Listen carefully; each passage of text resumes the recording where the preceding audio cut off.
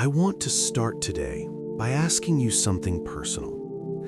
Have you ever sat on the edge of your bed late at night and just felt exhausted? Not physically tired, though you probably are that too, but soul tired.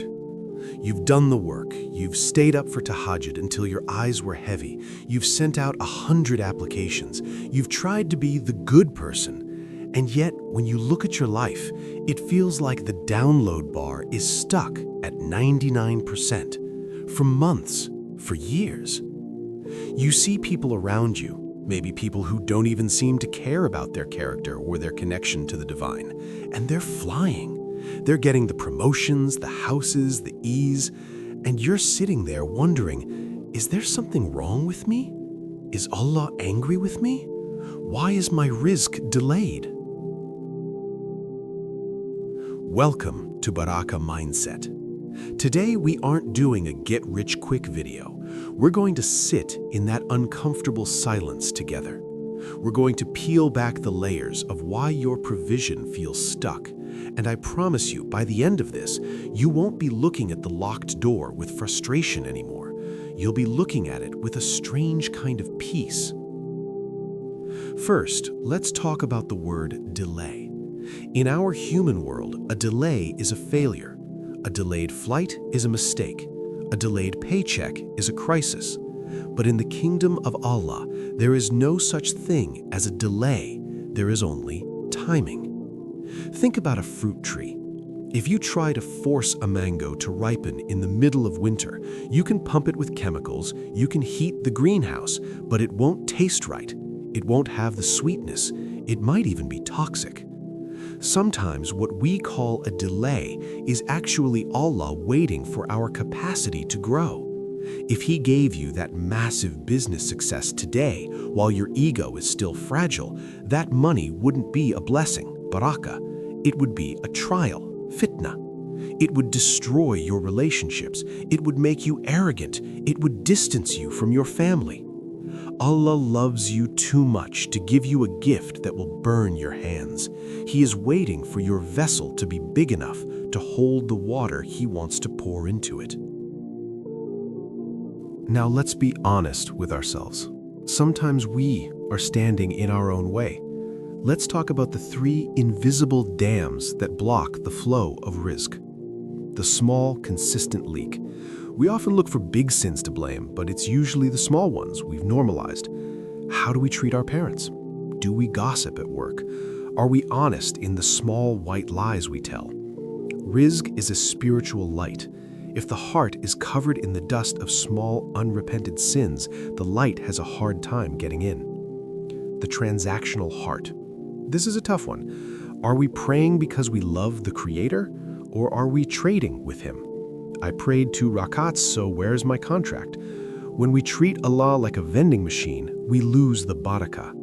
Barakah comes when the heart is attached to the provider, al-razak, not the provision. The comparison poison. Social media has ruined our perception of rizq.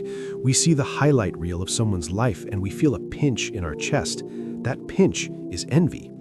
Envy is essentially saying, "Oh Allah, you gave to them and not to me, and that was unfair." That energy blocks your own doors. Your rizq is written by name. No one can sit in your chair. No one can eat your bread. Let me tell you a story. There was a man who spent years in a prison cell for a crime he didn't commit. His youth was slipping away. His father was going blind from crying. To any outsider, his rizq, his freedom, his family, was delayed. That man was Yusuf alayhi salam. But if Yusuf alayhi salam had been released 1 year earlier, the king wouldn't have had that specific dream. Yusuf wouldn't have been there to interpret it. He wouldn't have become the minister of finance. He wouldn't have saved the entire region from famine. The delay in the prison was the very thing that placed him on the throne. You might be in your prison right now. The dead-end job, the waiting for a spouse, the health struggle. You feel like you're losing time, but you aren't losing time. You are being positioned. Allah is moving pieces on a chessboard that is too big for you to see. So what do? Do we just sit and wait? No, we change our frequency. Step 1. The gratitude audit. For the next 20 minutes, stop asking for what you don't have.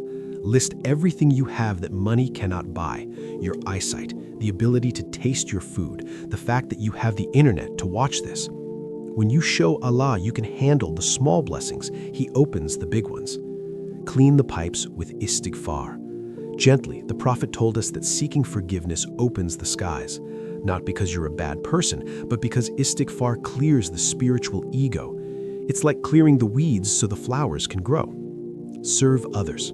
If your rizq is stuck, go be the rizq for someone else. Give $1, help a neighbor. When you become a channel for Allah's mercy to others, He makes you a channel for His bounty.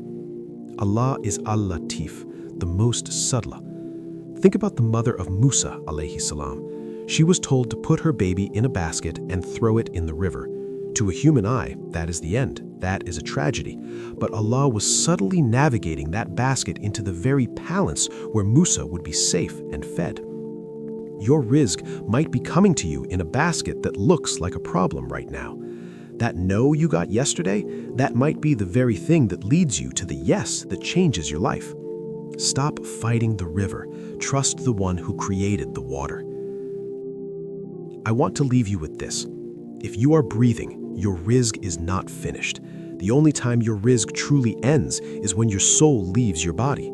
If you are still here, there is a portion of beauty, wealth, and love written for you that has not reached you yet.